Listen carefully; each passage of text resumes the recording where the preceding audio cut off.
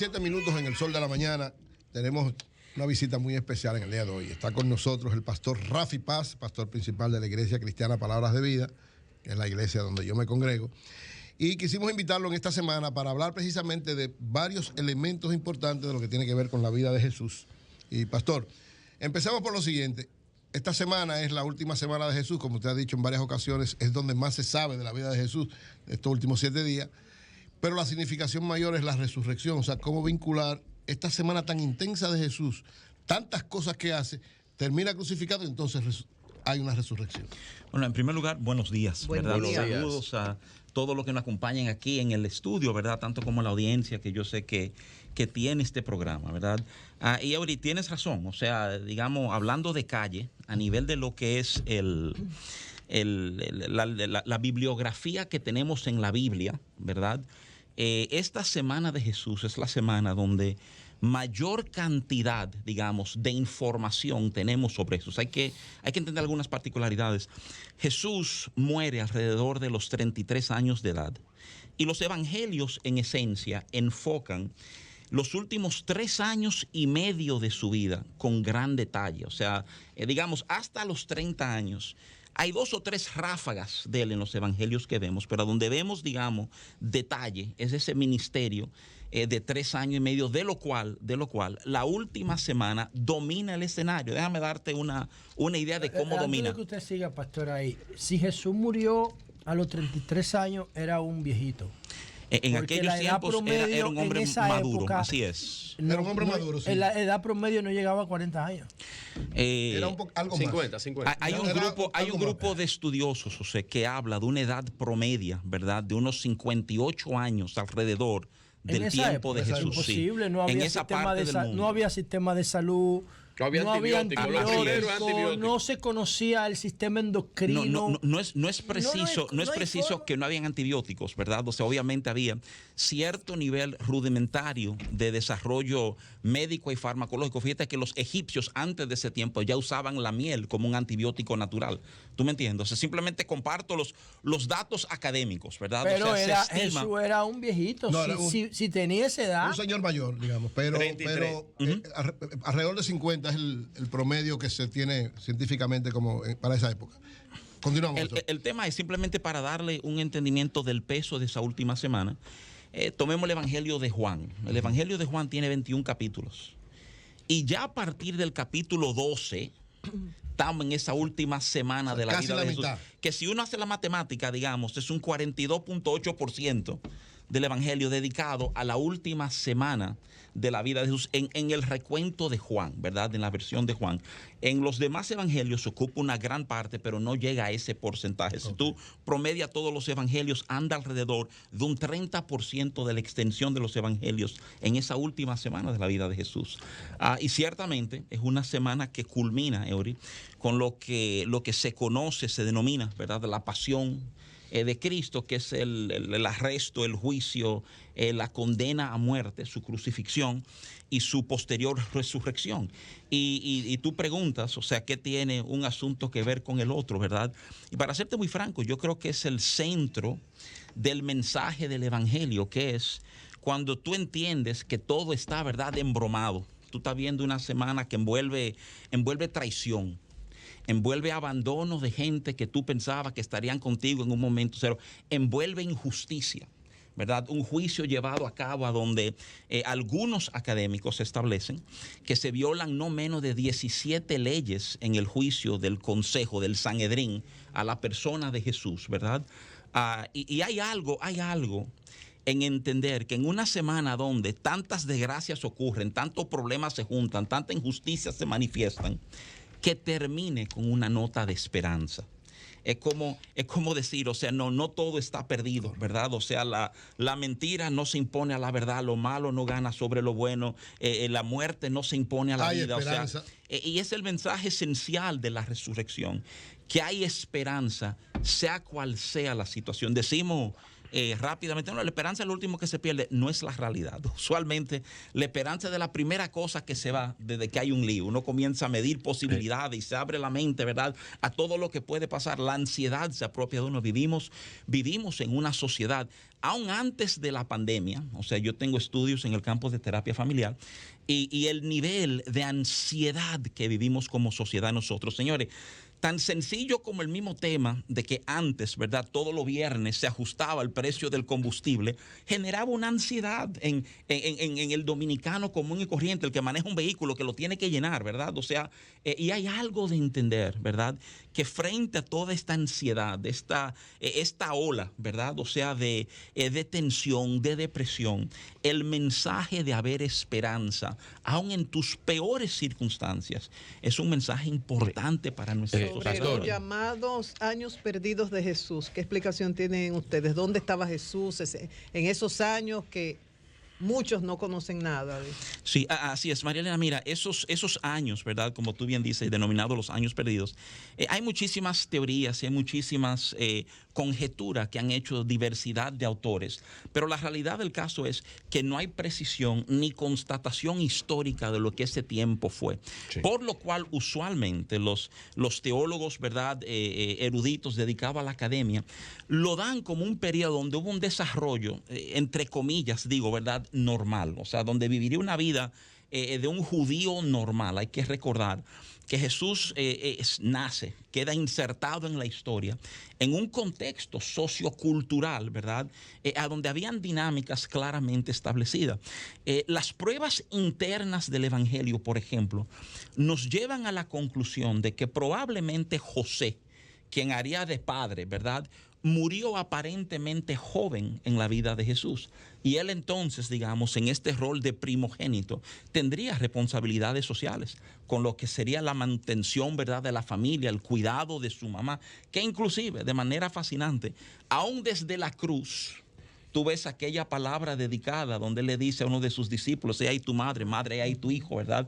Y muchos lo toman como ese sello de mantener una responsabilidad aún en ausencia de él, ¿verdad? Pero lo que quiero decirte es que a nivel de Biblia, o sea, no hay detalle de lo que fueron esos años y ese periodo. Hablan de que él estuvo preparándose, entrenándose con los esenios, y que de ahí regresa con esa capacidad para los milagros y demás. ¿Eso ustedes lo descartan? Sí, y otros inclusive hablan de un tiempo en Oriente, otros hablan de Egipto, hablan de India. De India, ¿verdad? O sea, los esenios que tú mencionas son un tipo, digamos, de secta radicalizada de los judíos. Inclusive se entiende que Juan el Bautista, quien precede a Jesús, probablemente era miembro de los esenios por su forma de vestir, ¿verdad? La Biblia detalla usar pieles de animales y comer miel y comer langostas, ¿verdad? O sea, pero realmente no hay nada en el desarrollo de los evangelios que nos ayudaría a entender que su trasfondo es otro, que no haya sido aquel de un judío, por así decirlo, común y corriente. Pastor, Jesucristo como Dios, como ser humano, no murió en diciembre con la celebración. No nació en diciembre con la celebración de la Navidad. Se ha demostrado por los datos históricos, bíblicos, que están documentados, que Jesús no nació en esa fecha.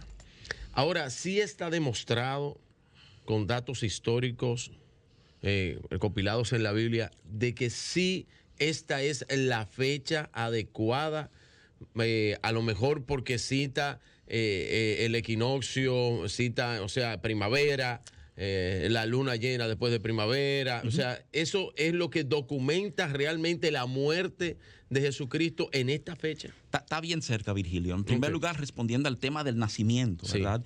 Sí. Tú tienes razón. La gran mayoría de los académicos ponen el nacimiento de Jesús a algún lugar entre mayo y agosto. Sin embargo, hay un rabino que, digamos, es un matatán, una columna en el tema de lo que es la sociedad contemporánea de Jesús, de nombre Alfred Edersheim. Edersheim murió ya hace unos años, que aboga de que no hay razón para no creer que haya sido diciembre, con una serie de planteamientos muy interesantes. Sin embargo, es una minoría en el mundo, digamos, académico, ¿verdad? Ahora, a nivel de muerte, a nivel de su muerte, y de hecho, quiero hacer el siguiente señalamiento, fíjense, que en ningún lugar de la Biblia tú encuentras un mandato para celebrar el nacimiento de Jesús, pero sí hay mandato de conmemorar su muerte y su resurrección. Entonces, cuando preguntamos si sabemos si esta es la fecha o no la fecha, déjame señalarte cómo es que se entiende que esta es la fecha. Porque toda la narrativa ligada a la muerte y a la resurrección de Jesús se da contra el background, contra el escenario, ¿verdad?, de la Pascua judía. Okay. Entonces, los judíos sí tenían un rigor en el manejo, ¿verdad?, de no solamente de calendario, o el rigor con el calendario se debía a la rigurosidad que demandaba su fe en cuanto a las celebraciones de una serie de fiestas de manera muy puntual. Por ejemplo, la Pascua, que era, digamos, la principal en muchos sentidos, demandaba que todo hombre varón, ¿verdad?, hiciera un peregrinaje hacia Jerusalén. Entonces, de hecho, la misma forma que sabemos que el ministerio de Jesús dura 3 años y pico es porque se miden las fiestas a las cuales los evangelios hacen referencia a lo largo de su ministerio. Entonces, ¿qué pasa con la Pascua? La Pascua, después, ¿verdad?, de la diáspora, del restablecimiento de Jerusalén, históricamente la Pascua comenzaba el 15 del mes de Nisan, ¿verdad? Así lo define el Antiguo Testamento. Y si estuviéramos hablando español, ahí voy, si lo fuéramos a transliterar al español, ¿verdad?, estamos hablando del mes a donde comienza la primavera. Entonces, ¿cuál era el concepto? 2 conceptos, si tú lo mencionaste. Sí, primero, el equinoccio, ¿verdad?, vernal, que uno le dice vernal aunque se da en la primavera. O sea, y segundo, la primera luna llena, porque el calendario hebraico es lunar, no solar, ¿verdad? O sea, la primera luna llena. Entonces, pues esa es la razón por la cual Semana Santa y la Pascua, tú ves que corren de fecha, que un año se da una semana antes, una semana después. Porque entonces, la luna llena, después del equinoccio de primavera, es la luna llena y ahí es que cae la fecha, porque se supone que esa es la fecha en que sucedió el hecho de la crucifixión. Entonces, no podemos hablar, digamos, de una fecha precisa, ¿verdad? Pero sí, digamos, estamos en el vecindario, estamos en ese momento, ese lapsus de tiempo a donde fluctúa la fecha de la Pascua. O sea, que es correcto, el nacimiento no está... El nacimiento está medio incierto, por decirlo, pero la muerte realmente hay bastante precisión en cuanto a esa fecha. José. Yo tengo un tema de... Si se quiere ético. Si se quiere ético. Ya el pastor lo conoce. Si se quiere ético con esto del cristianismo o el budismo o el islamismo, cualquier cosa de las religiones que se han establecido. Y yo digo que es un tema ético porque cuando uno se pone a investigar esto, uno encuentra 2 cosas. Primero, que no hay ninguna cultura sin Dios. No la hay. Y segundo, uno encuentra que no hay ninguna evidencia científica que sustente una entidad que esté por encima de las leyes de la física y del modelo estándar de las fuerzas gravitacionales, del magnetismo, de electronuclear, de la nuclear fuerte, de la nuclear débil, que son las 4 fuerzas que soportan el modelo estándar donde nosotros vivimos en la parte del universo. Te faltó la termodinamica y la entropía. No, yo me refiero a las leyes que rigen el espacio, la fuerza gravitacional, el electromagnetismo, la fuerza nuclear débil y la interacción fuerte. Esas son las 4 que definen el modelo estándar. Ahora, hay una criatura por encima de eso que hizo un diseño y que creó todo esto y que dijo, solamente en ese puntito va a haber vida, en el resto no. Y entonces voy a hacer esta entidad la voy a hacer a mi imagen y semejanza. Pero resulta que los dinosaurios hace 65 millones de años eran los reyes y las reinas de la naturaleza. Y antes de los dinosaurios, los virus. Ahora, o las bacterias. Ahora, yo lo que digo es, si yo voy al museo, lo decía ahorita en mi comentario de Nueva York, yo puedo ver una representación de Lucy Australopithecus afarensis. Particularmente en mi investigación me dice que ahí empieza la humanidad con la evolución bípeda, no con Adán y Eva. Adán y Eva tiene 4.000 años, pero Lucy tiene 3.2 millones de años. Y está en el Museo de Nueva York, tú la puedes ir a ver. una representación de ella. Aquí, en Loma Quitespuela, en San Francisco de Macorís, encontraron una garrapata de 10 millones de años. Eso fue lo que dio pie a la película de Jurassic Park. Esa garrapata de Loma Quitespuela. La pregunta, José. Voy. Tercero, voy. El año pasado en Alberta, Canadá, se encuentra un dinosaurio con su piel intacto. En Canadá, el año pasado, en una ladera que estaban haciendo una mina, una vaina, una excavación. ¿Cómo es posible que si la historia de Jesús se impone a la historia de Lucia, a la historia de la garrapata de Loma Quitespuela, a la historia de los dinosaurios, se impone la de Jesús? ¿Cómo es posible que de todas esas historias hayan evidencia en los museos y de Jesús no haya una sola prueba de nada? Ni de un cabello, ni de un rastro de ADN, ni de una uña, nada. O sea, ¿ustedes creen eso por revelación o ustedes creen eso porque ustedes estudiando encontraron alguna evidencia de la existencia de Jesús? O sea, yo creo que es una tremenda pregunta, ¿eh? O sea, y déjame retroalimentar un poquito diciéndote que obviamente hay muchas personas que, muy como tú, han abrazado un tipo de naturalismo, entiéndase, lo que se ve, lo que se prueba, lo que de alguna manera, ¿verdad?, cuadra con nuestros sentidos. Y de hecho, la metodología científica está basada fundamentalmente en el tema, digamos, de lo observable, lo comprobable. Por ahí es que empieza todo con y ahí es a donde, digamos, los temas de fe divergen un poco de esa forma de pensar. No es el tema, José, de que esa forma de pensar sea errada o de alguna manera, ¿verdad?, negativa. Es que simplemente esa forma de pensar cierra las posibilidades a todo lo que no considera comprobable, ¿verdad? O sea, como tú bien respondes y dices, bueno, ahí es que comienza. Yo estoy completamente de acuerdo. Es el doctor John Piper, enorme teólogo, ¿verdad? O sea, digamos, creo que es uno de los, y digo esto con cierto cariño, de los gringos, ¿verdad? O sea, más bien parado en estos temas teológicos, dice que la base de toda fe es un razonamiento viable, entiéndase. Tiene que hacer sentido. Entonces, yo no creo que fe comienza. Pero José. tú puedes empezar a creer a partir de la razón, ¿no? Es una contradicción. Claro. No, José. Es que la razón, los griegos crearon la razón, crearon el logos, la lógica. Es que para tú construir un razonamiento, tú tienes que estructurarlo sobre bases lógicas. ¿Y cuál es una de las lógicas del logo? Es que tú puedas observar, que tú puedas determinar, que tú puedas medir, que tú puedas comprobar. Nada que sea que parta de la fe, ni se puede medir, no se puede comprobar. Mira, José, lo fascinante. Es una contradicción buscar razón a partir de la fe. Usar esa frase, logos, ¿verdad? Justamente, y no sé si tú lo sabías o no, es la palabra con la cual comienza el Evangelio de Juan. Claro, porque lo cogieron de los griegos. Cuando el Evangelio de Juan comienza definiendo a Jesús como la palabra o el verbo, ¿verdad? La palabra utilizada en griego ahí es logos, que como tú bien señalas, es más amplio en concepto que simplemente una palabra. Es razonamiento, es orden, ¿verdad?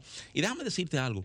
Gente de fe tienen muchas de las mismas inquietudes, José, que gente Por ejemplo, que, digamos, Jesús no se descompuso cuando se murió. Validan, José, digamos, las personas que tienen estas curiosidades científicas. O sea, uno pesa la evidencia que tenemos a mano. Esos mismos detalles. Cuando tú comienzas a resaltar el orden del universo, la realidad de que en el planeta, el único planeta que sabemos que soporta vida es el planeta Tierra, que sabemos que si de alguna manera variara la distancia nuestra del Sol en 1 o 2 grados, no fuera posible la vida. Ya no fuera posible la vida. Incluso si no cae el meteorito que elimina a los dinosaurios, nosotros no tuviéramos, porque los dinosaurios se comían todo lo que se movía. El tema es este. El tema es que frente a esas evidencias, el entendimiento de las personas, digamos, naturalistas de fe es buscar una explicación de origen natural. Mientras que las personas de fe, mientras observan lo que ocurre, han aprendido a ver, en lugar de pensar que esto es una dinámica aleatoria, en esas precisiones vemos el sello, digamos, de diseño, de intencionalidad, no de aleatoriedad. Inclusive, tú que eres tan fan, ¿verdad?, de estadística, de números, deberías saber que las probabilidades estadísticas necesarias, ¿verdad?, por así decirlo, para que comenzara vida en el planeta Tierra, son tan abismales. Son accidentales todas. Que toma cierto grado de fe creer eso, y creer que hay un creador. O sea, realmente ambas posturas demandan de la persona que la abraza un elemento de fe. Para mí, la vida en la Tierra es una serie de accidentes que se dieron en coincidencia de tiempo y espacio. Son una serie de accidentes violentos la mayoría. De hecho, si vamos por esa línea, déjame alertarte, ¿verdad? Que digamos, lo que enfrentan las personas que tienden a abrazar esa perspectiva de la vida es entonces que la vida per se, José, no tiene un verdadero significado. La vida es una dinámica aleatoria. Y la realidad es, si todo es aleatorio, si nada tiene un norte real, ¿verdad, José? ¿Por qué? Mira, que tú comenzaste hablando de una preocupación ética. Mi pregunta a ti es esta. Si todo es aleatorio, si nada tiene real causa y propósito y fin, ¿por qué tú manejarte éticamente conmigo? ¿Por qué tú guardar una moral? Óyeme, porque si creamos un contrato social. Si eso es correcto. Basado en principios y en valores. Los tipos, cuando tú estás parado en el semáforo esperando que cambie, está en una fila de 20 vehículos, que viene un vivo, porque nunca hace falta uno, que arma su propio carril para doblar, que nos está diciendo a todos, tonto, ¿verdad? Exactamente. O sea, ese tipo está en lo correcto. Está en lo correcto porque él está aprovechando mejor su tiempo, él está avanzando. Todo se trata de, al final, ¿por qué tú cruzas la calle en el riesgo cuando a 20 metros hay un puente peatonal? Porque tu cerebro no quiere gastar la energía, la quiere ahorrar, la quiere maximizar. El comportamiento salvaje se rompe con el Estado de Derecho, con la ley, con la norma, con el miedo institucional. Aquí eso es muy débil. Ahora, por último de mi parte, yo sigo pensando que, con todo el respeto a la religión, digo que no puede haber humanidad sin religión. Pienso que el problema ético viene cuando tú sustentas toda una historia de poder en una historia que no tiene evidencia, para desde mi punto de vista, es mentira. Ahora, la otra preocupación que yo tengo es, ¿cómo es posible que a una mujer como María, que está casada con su familia dentro de la norma que creó el Estado, con su esposo, van y la preñan en Los Ángeles sin su consentimiento? La violan.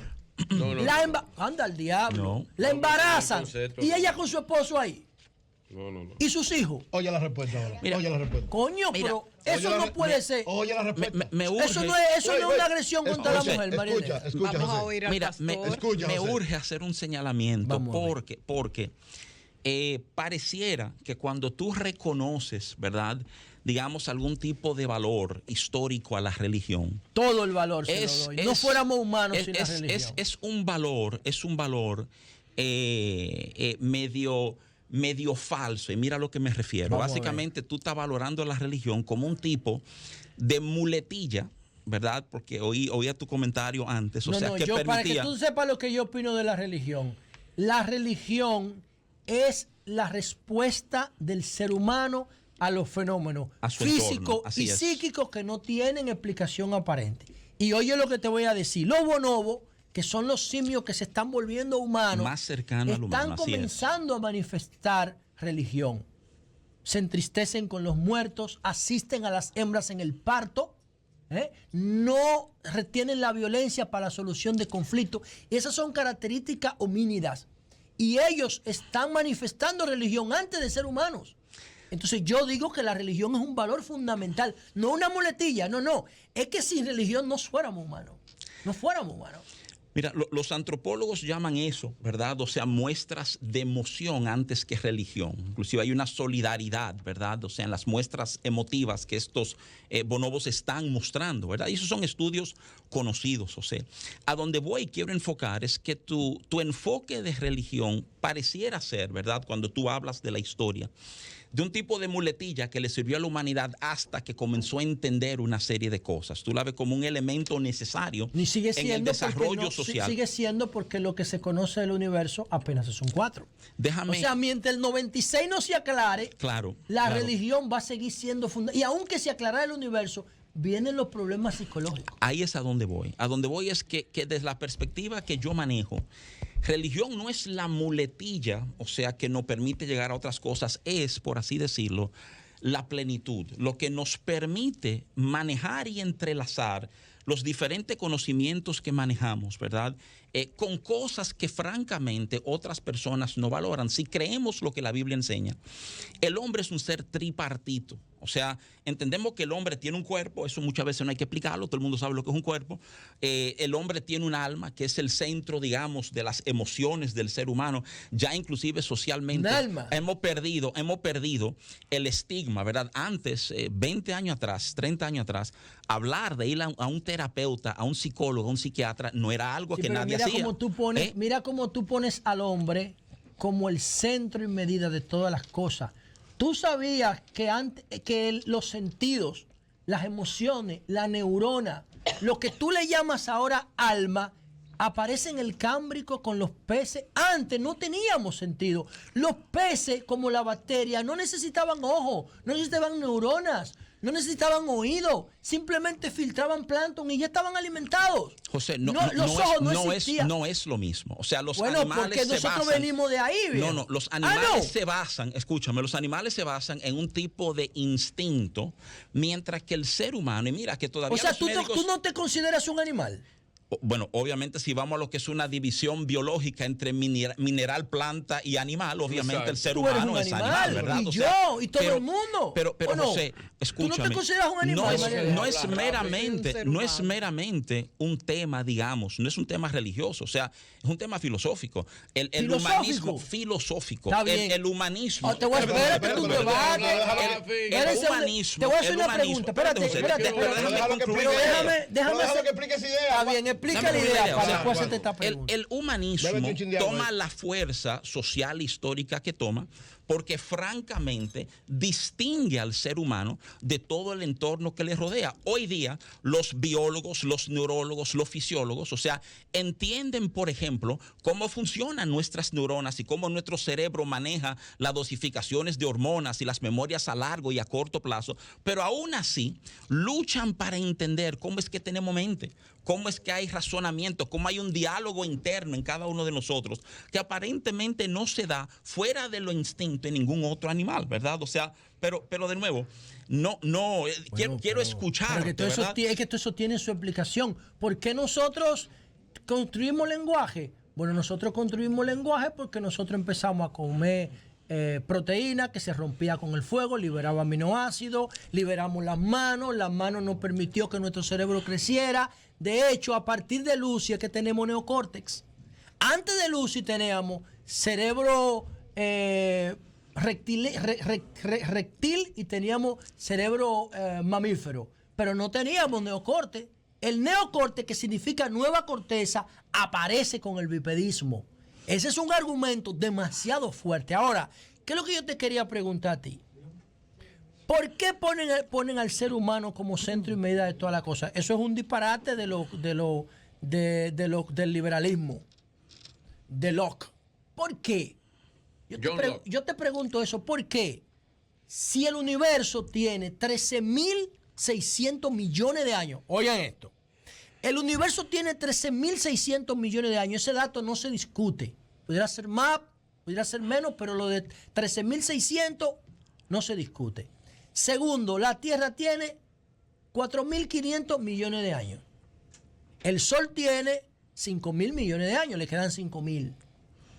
Pero la vida en la Tierra, ¿cuánto tiene? La vida en la Tierra tiene 3.500 millones de años. ¿Cuánto tiene el ser humano moderno? 150.000 años. Entonces, ¿cómo tú, al más joven, al último que llegó a la fiesta, tú lo pones como centro de todas las cosas? Que Dios lo hace a su imagen y semejanza. Pero el hombre lo que tiene es 1 o 2 segundos en el planeta. Antes del hombre, del ser humano, porque el hombre suena machista, 3.500 millones de años la vida. Esa vida no importaba, no le importaba a Dios, como esa de los dinosaurios que existió hace 60 millones de años. Entonces ustedes dicen, no, somos nosotros los hijos de Dios, los que llegamos ahorita. Todo lo que pasó antes no importa. ¿Sabe por qué? Porque eso estaba escondido. Y solo la ciencia lo está revelando ahora. Y ese es el problema, que nosotros no creemos el centro del universo, cuando en realidad somos los últimos que llegamos a esta fiesta de la vida. Apenas tenemos 150.000 años. Oye, ahora tranquilo, calmado. Bébete, cómete tu guineo y oye la respuesta. No, que tú debates de verdad, no es una vaina, no. No. Todas estas teorías que tú nos afirmas, ¿teoría? Como hechos, no, eso no es teoría. Son teorías en el sentido. ¿Tú me estás diciendo a mí que los dinosaurios es una teoría? Mariana, ¿tú estás de acuerdo con que eso es una teoría? Los dinosaurios existieron. No es una teoría. No. Ve al museo para que lo vea. Tú estás diciendo que el universo no tiene 13.000 millones de años. Eso no es una teoría, eso se ha medido. ¿Por qué? Por la radiación de fondo de microondas desde el Big Bang. Tranquilo, oye la respuesta. Mira, todas las teorías, ¿verdad? De origen y de génesis. De origen y génesis. Bueno, es que son teorías porque... No, teoría es la de la creación. No, José, porque no son comprobables. ¿Que no? No, José. Oye, todo lo que yo dije aquí, oye, que me llame alguien y me desmienta. No. José, todo lo que yo acabo de decir aquí, la edad de la Tierra, la edad del universo, la edad del Sol. No, es que él no puede decir que lo que yo dije aquí. Pero él te está escuchando a ti, que lo que tú dijiste lo está No, él dice que eso es teoría y no es verdad. Pero José, tranquilo ya. Son teorías. Y la realidad del caso es que, escuchando tu planteamiento, encuentro yo fascinante la realidad de que no minimiza, ¿verdad? Como tú bien dices, o sea, tú quieres abrazar la idea de que la humanidad tiene 150, como 3.500 millones de años. No, la humanidad moderna, el planeta se congeló hace 100.000 años. Y se descongeló hace 10.000. Esa es otra teoría. Okay. No, eso no es teoría, hermano, pero entra a Wikipedia. No, eso es teoría, pero ¿Cómo tú vas a decir que la última glaciación es una teoría? No hay. En una plataforma como esta. No hay ninguna fuente académica seria que valide a Wikipedia. O sea, después que el planeta se congeló en la última glaciación, se descongeló hace 10.000 años. Por eso, donde nacen las civilizaciones, que es en el creciente fértil, tranquilo. Entonces ahí. Toda esa teoría, ¿Eso es teoría? Todo eso es teoría. ¿Por qué el Nilo se llama Nilo? Pero está bien, pero. Se llama Nilo. Pero José, espérate. Mañana en el ¿Cómo programa diablo que tú tú vas a me hacer dices solo. a mí? En el programa tuyo solo aquí. Tú puedes estás hablar de diciendo eso. que lo que yo estoy diciendo. hablar al invitado. Ya, tranquilo. No, mira, lo Si cierto tú crees es. que así es que tú vas a sustituir a Julio. Tranquilo, no, claro. Es peor que Julio. Tranquilo. Lo cierto es esto, José. Hablando, ¿verdad? Que a donde comencé mucha de mi ponencia, o sea, lo que la Biblia nos presenta a nosotros es un ser humano hecho a imagen y semejanza de Dios, a diferencia del resto, ¿verdad?, de la creación. De hecho, la Biblia, desde la formación del hombre, crea al hombre con mandato, con propósito específico, de enseñorearse de la tierra, de, digamos, gobernar y administrar la tierra. Tú estás oyendo una vaina que no es de él. Y lo hecho es que en ningún lugar, José, de esta narrativa bíblica, digamos, de origen, de Génesis, ¿verdad?, hay un entendimiento de que la tierra le pertenece al hombre, sino que el hombre ha sido llamado a administrarla. Es el entendimiento, ¿verdad?, claro, de algo prestado que nos toca manejar. Y yo creo que por eso, inclusive, temas muy contemporáneos, ¿verdad?, como lo que es la protección del medio ambiente y demás, o sea, están presentes de una manera u otra en lo que es el consejo que la Biblia presenta, ¿verdad? O sea, pero obviamente tenemos diferencia en este entendimiento, digamos, de orígenes. Sin embargo, lo que quiero resaltar de una manera u otra, ¿verdad?, con mi presencia, con el momento que manejamos, es el mensaje de nuevo de esperanza. Pero que antes del mensaje, que es una motivación, espérate, antes del mensaje, que eso es una motivación. María Elena, una pregunta, espérate. María Elena. Sobre María Magdalena. Ay. ¿Cómo ustedes describen a María Magdalena? En un momento dado se consideraba prostituta, eso se corrigió, inclusive dentro de la Iglesia Católica. Hay muchos que la consideran la discípula más cercana a Jesús. Muchos entienden que fue pareja del Maestro Jesús, que tuvo incluso descendientes, y hay un grupo de personas que siguen unos llamados Evangelios de María Magdalena, han seguido la ruta que supuestamente ella recorrió en diferentes comunidades de Francia y hacen peregrinaje y siguen toda una filosofía, una escuela de vida en torno a María Magdalena. ¿Cuál es el enfoque que tienes sobre este personaje? Yo creo que es un personaje fascinante. Perdón, hay dos Marías en el entorno a Jesús. Hay múltiples Marías en el entorno aparte de Jesús. De la mamá. Sí, madre, o sea, hay dos. Está la mamá, María Magdalena, está María, la madre de Salomé, ¿verdad? O sea, era un nombre muy común para la época, ¿verdad? Entonces sabemos. Lázaro. Sí, bueno, María exactamente, que era de Pero Betania, María la prostituta se convirtió en discípula. Mira, hay que cierta... No, lo de prostituta, entre comillas. Bueno, pues hay ciertos debates. Déjame explicar lo que hay. O sea, otra cosa, la que Jesús dice, la que... Espérese, señor. Van a hacer mencionar. Espérate un momento. La que Jesús dice, el que esté libre de pecado, que tire la primera piedra. Pero déjenme preguntar, señores. Si se refiere a María Magdalena. Coño, lo que yo quiero saber es que si la que Jesús Pero ve a la dice... iglesia. Pero te cogí, José. O sea, entendí lo que estaba preguntando. La que Jesús dice, el que esté libre de pecado, que tire para protegerla. Esa misma es la María Magdalena que señala María Elena. No, mira, de hecho, mira cómo comienza María Elena diciendo, había una María Magdalena que se entendía que era prostituta, ¿verdad? Pero déjame simplemente resaltar que en la narrativa de los evangelios hay un grupo de mujeres anónimas que no nos dan los nombres, ¿verdad? Y al no darnos los nombres, por costumbre, inclusive por cercanía de los textos, entiéndase que la narrativa fluye de un evento al otro, se entiende que se está hablando de la misma persona. Pero en el tiempo muchísimos eruditos han podido distanciar las anónimas, ¿verdad?, de las Marías que conocemos con nombre. Por ejemplo, de María Magdalena, ¿qué sabemos a ciencia segura? Que de ella se hace referencia de que Jesús expulsó unos demonios de esa mujer llamada María de Magdala, ¿verdad? O sea, Magdalena no es un apellido, ¿verdad? O sea, es una referencia geográfica, ¿verdad? Entonces, eso se acepta. Hoy día la figura de María Magdalena es aceptada dentro de los círculos cristianos como una mujer que estaba en un estado de desesperación, ¿verdad? Que termina siendo una de las discípulas, digamos, cercanas, colaboradoras, ¿verdad? Pero no es sacar espíritus y otra es la cosa. Que sea prostituta. No es la cosa. O sea, no necesariamente es la misma. La han desligado de la narrativa de la prostitución. Que parece que coincide con la de la iglesia de Rafi. Había una prostituta llamada Así María es. y se confundió con María de Magdala. Y la iglesia, esa no era de Magdala, ese es el tema. Reconoció. Sí, pero, claro. Entonces la idea de que tenía una relación con Jesús, de que tuvieron descendientes. Mira María Elena, yo soy de los que pienso. Si tuvieron hijos, hicieron el yo soy de los que pienso que lo que perdimos al no tener un modelo de un Jesús esposo y un Jesús papá, fuimos nosotros. Que el modelo que nos hubieran dado de lo que es ser esposo y lo que es ser papá, ¿verdad? Hubiera sido magnífico.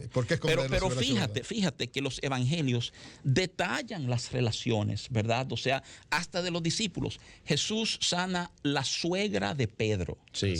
Aquí entre nosotros es imposible tener una suegra sin tener una esposa, ¿verdad? O sea, se hace mención de las relaciones vitales de muchos de ellos. Por esa pero fíjense, concluyo que no se descarta esa relación, aunque entiende que no está escrito. Lo que entendemos es que al no resaltarse no hay razón para entender que existe. Fíjate que otras figuras de la narrativa bíblica excéntricas como Pablo, ¿verdad? Sabemos, porque abiertamente lo dice en varias ocasiones, que no tenía esposa.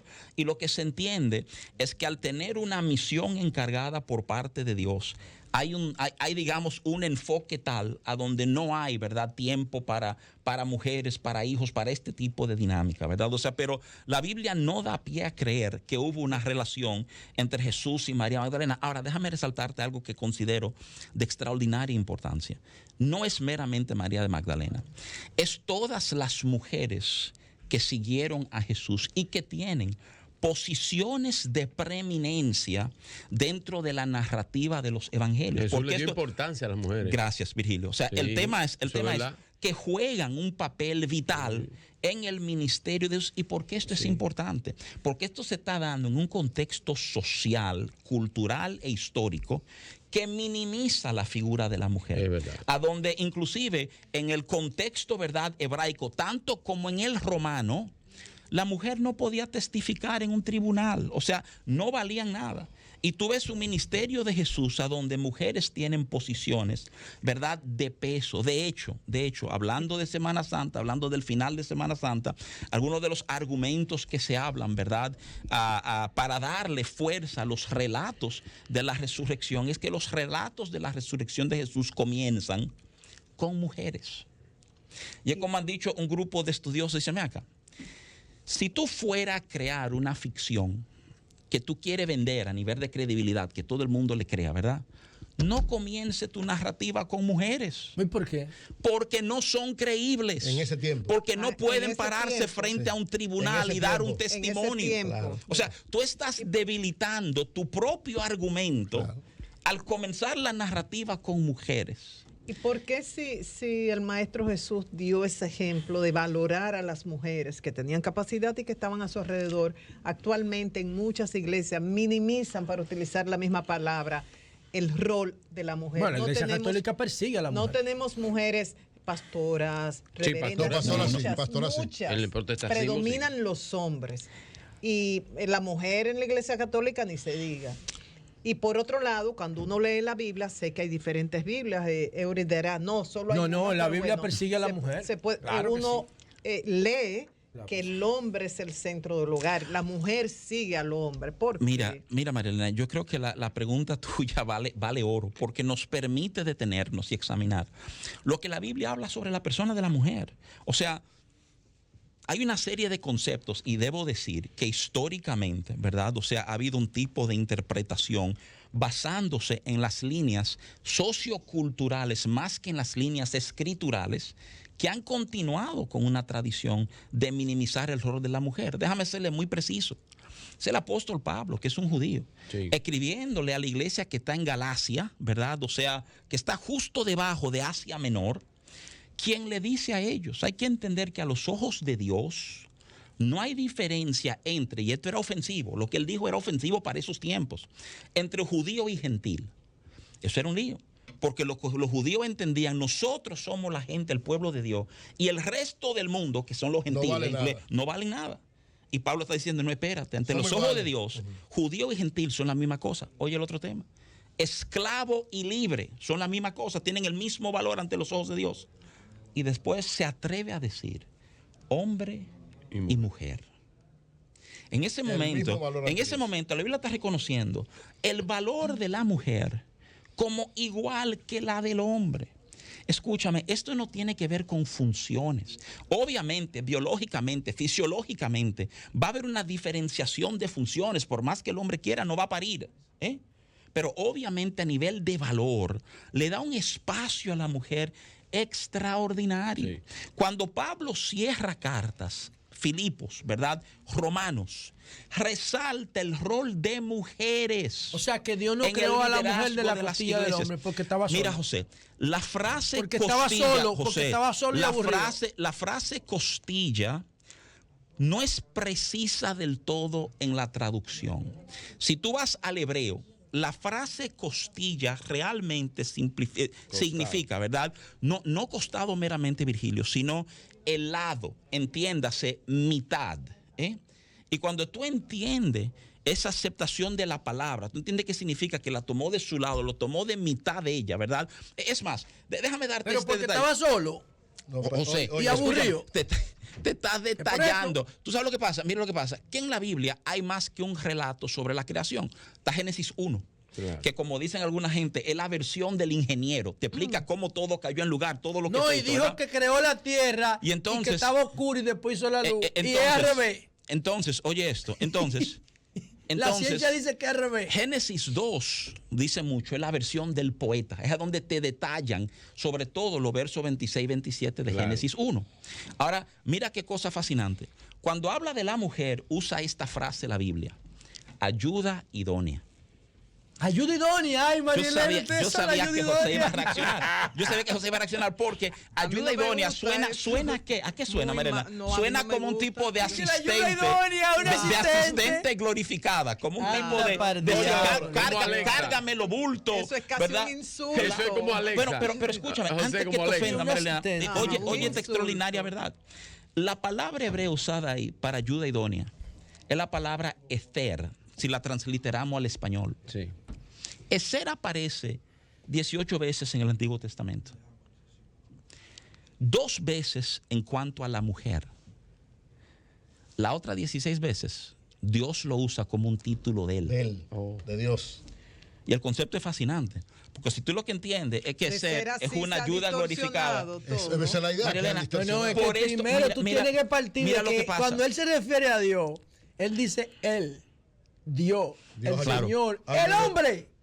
Bueno, El Señor no tiene Es definición. que Dios es hombre también. No tiene definición. No tiene definición. No, No tiene este definición. cohete que no la tiene luz, definición. pero hay Tranquilo, otros que José. oramos. Pregúntale a 100 gente. La luz. Dios es hombre o mujer, a ver qué te va a decir. Siga, Que hay pastor. otros que oramos Padre, Madre, Dios.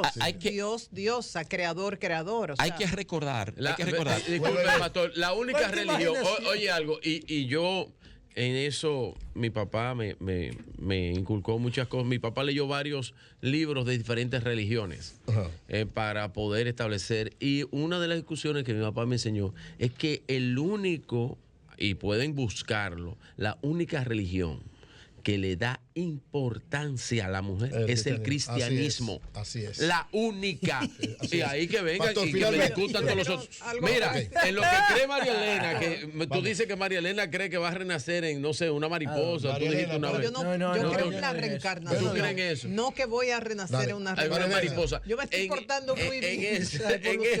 En eso, y en lo que cree José, que él se va a compostar y se va a No, convertir yo en no un árbol. creo en ¿Qué nada, pasa? Entonces- porque yo no quiero creer. Entonces, en eso, representa un sesgo para en todo ese tipo de, no hay un reconocimiento más, cristianismo es que más más valora a las mujeres, eso es puro, verdad. más sincero a la mujer que la que se le da. ¿Y por en qué el la mujer no cristianismo. puede una misa en la iglesia? Ok, adelante, María. Bueno, pero la reconozco. Suave, Estoy suave, hablando suave. desde el punto de vista. Conozco un poquito Silencio, la última pregunta la lo hago de yo. su No, iglesia espérate, antes de a la través tuya, de mi entonces. amigo y mi hermano. Pero Tema de la Eury. mujer, en el mismo tema de la con mujer. cuidado. Yo me identifico con Eury en muchos aspectos y en otros aspectos tenemos ideas diferentes. Yo lo respeto a él y él me respeta a mí. Y en un punto que tenemos grandes diferencias es con las relaciones sexuales. Tú me corriges si estoy distorsionando Ok, algo. no. Él dice que el hombre y la mujer deben llegar vírgenes al matrimonio. Es así, ¿verdad? Sí, eso lo enseña la Biblia. relación el matrimonio, sexual el sexo es en el comienza matrimonio. Con el matrimonio. Exacto. Y yo pienso, así se lo inculqué a mis hijos, y pienso que es conveniente tener relaciones antes de casarse y eso, porque uno no sabe, no necesariamente van a congeniar, para no seguir entrando en detalles, que deben haber niños frente a la pantalla. La mejor pregunta, Rafi es también Entonces, especialista en terapia familiar. por O sea, eso las le dos hago la cosas. pregunta, Correcto. o sea, Pastor también. de ser así, para ustedes no es importante que una pareja que quiera estar toda la vida juntos, casándose o no, tengan relaciones prematrimoniales, a ver si realmente son Ok. cóncavo y convexo, que puede ser que no. Mira, María Elena, o sea, uno de los detalles que no deja de asombrarme en lo que uno ha estudiado, ¿verdad? Y examinado el desarrollo social es cómo el sexo ha perdido, por así decirlo, su mística, en el sentido de que el sexo, que era antes algo reservado para esos espacios de pareja, ¿verdad?, se ha vuelto algo trivial que utilizamos en marketing, ¿verdad? O sea, sabemos que desde muy jovencito a nuestros niños jóvenes son expuestos a sexualidad en asuntos tan simples como anuncios y hasta muñequitos a veces, ¿verdad? La música. Música, el sexo ha perdido, por así decirlo, ese aire de algo especial. Que es algo Y sagrado. se ha sagrado y se ha trivializado, ¿verdad? O sea, déjame decirte que inclusive como persona que tiene estudios en terapia, como persona inclusive que tiene estudios en sexualidad humana, ¿verdad? O sea, hizo una especialidad en sexualidad. Yo no veo nada para llevarme a creer que personas necesitan tener relaciones sexuales antes de casarse para validar la relación o para ver si funcionamos. De hecho, todo lo contrario, se entiéndase, el secreto de una relación sexual exitosa es el vínculo que tenemos de afecto y de atenciones uno para con el otro, haciendo hincapié en ese detalle de atenciones. O sea, porque la manera en que nos relacionamos con nuestra pareja, digamos, los aspectos, y esto puede sonar contradictorio, no sexuales del sexo, ¿verdad? Entiéndase, la comunicación, la cercanía, el contacto directo, la conexión de nuestras miradas, ¿verdad?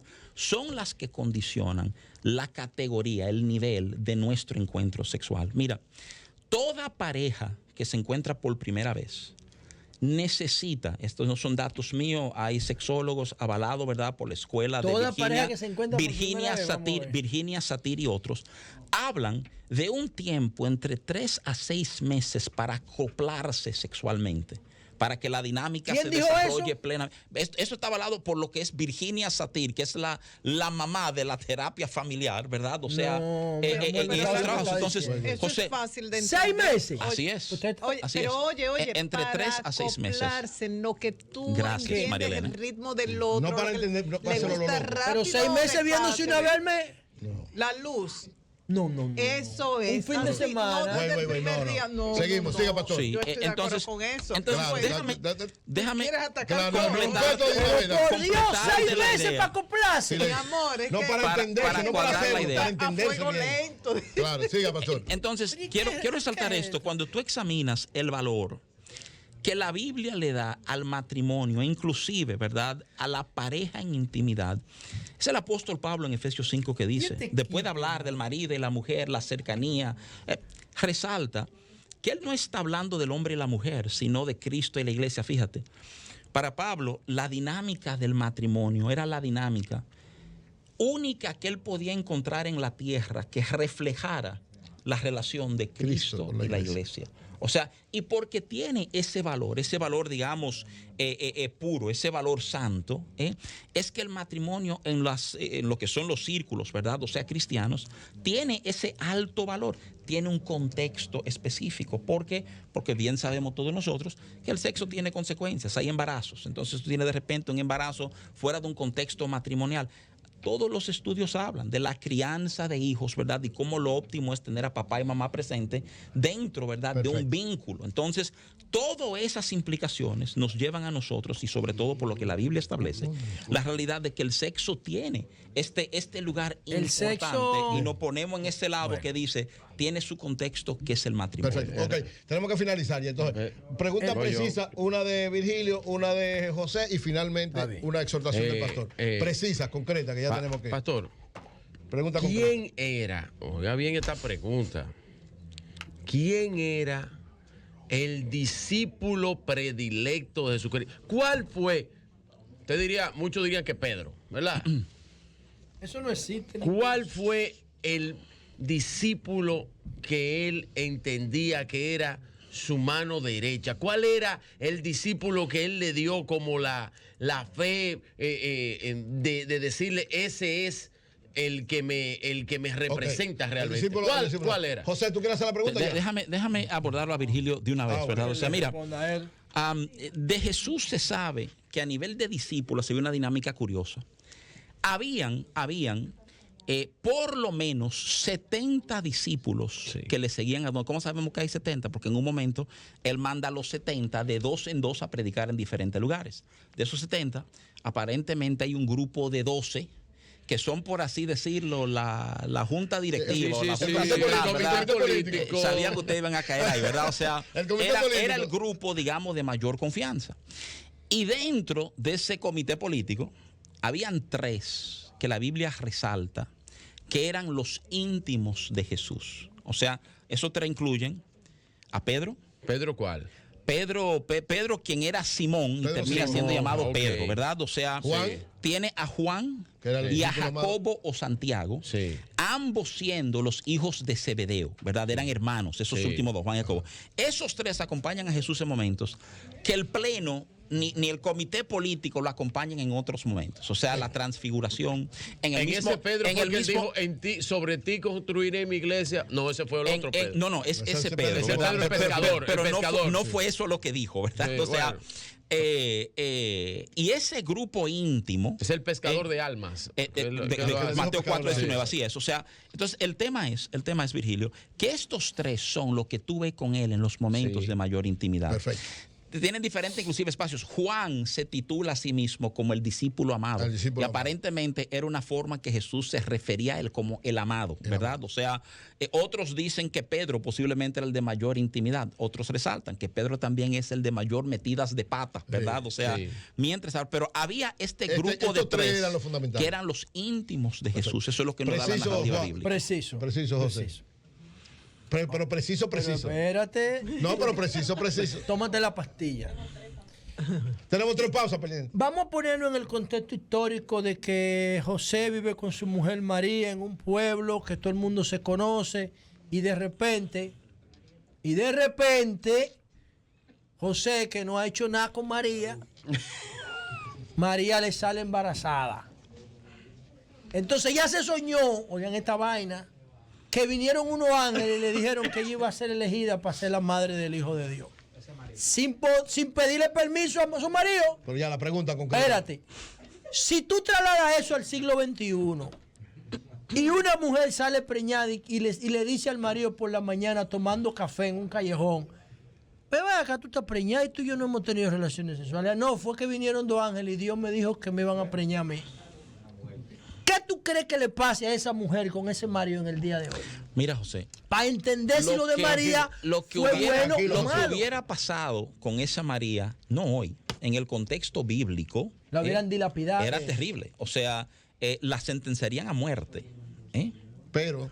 Y de hecho, déjame decirte algo, porque yo sé que tú estás parafraseando partes de la Biblia y lo demás, pero sería bueno que examinara los detalles que los otros evangelios nos plantean sobre esto. Oye, ¿por qué, José? Vamos a ver. Porque tal como tú estás trancado en qué pasaría, ese mismo tranque está en la narrativa, la tiene José. Tú te has equivocado, ellos no estaban casados todavía, estaban prometidos para casarse.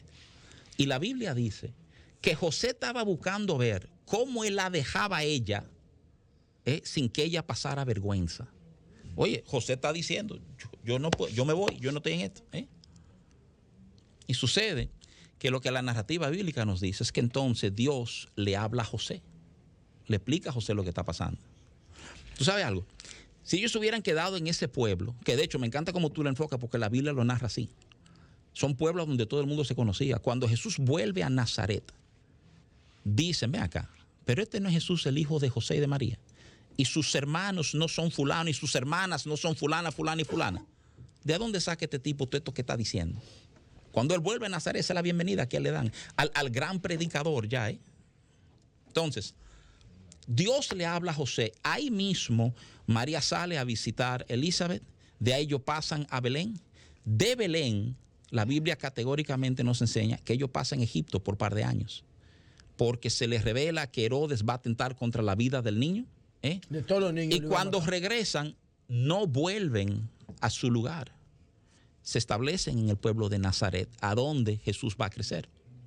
Ellos no son originarios de Nazaret. No fue un cuerno que le pegaron a José, fue Dios.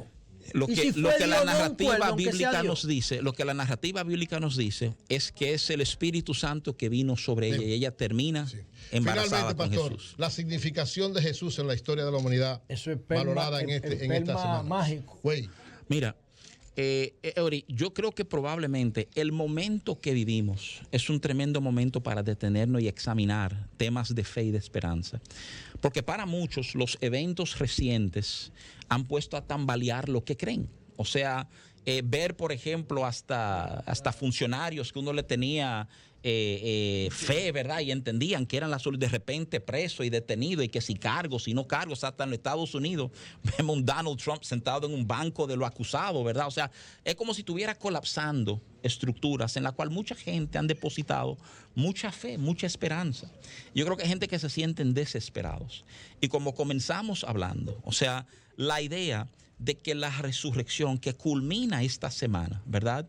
Es ese mensaje de que hay esperanza todavía, de que aunque tú ves todo colapsado, ¿verdad? No es verdad que todo se ha perdido, que en Dios siempre hay esperanza. Una de las frases bíblicas, de las citas bíblicas que vienen desde el Antiguo Testamento es que la gloria postrera del templo sería mayor que la primera, y el concepto es que cuando Dios se envuelve en cosas, las cosas terminan mejor de lo que eran inicialmente, ¿verdad? Entonces, mi exhortación a todo el que nos escucha es saber que la esperanza no se ha perdido. Yo sé que se siente así, pero no se ha perdido, y que nuestra fe en Dios nos va a sustentar en momentos a donde sentimos que tantas cosas nos están fallando. Amén. Brillante, Pastor Rafi Paz. Aplausos, señores. Gracias, Pastor Rafi Paz, pastor principal de la Iglesia Cristiana Palabras de Vida. Hay que continuarlo. Hay muchas cosas que están Dios ahí bendiga al pueblo raras. dominicano. Gracias, pastor. Gracias.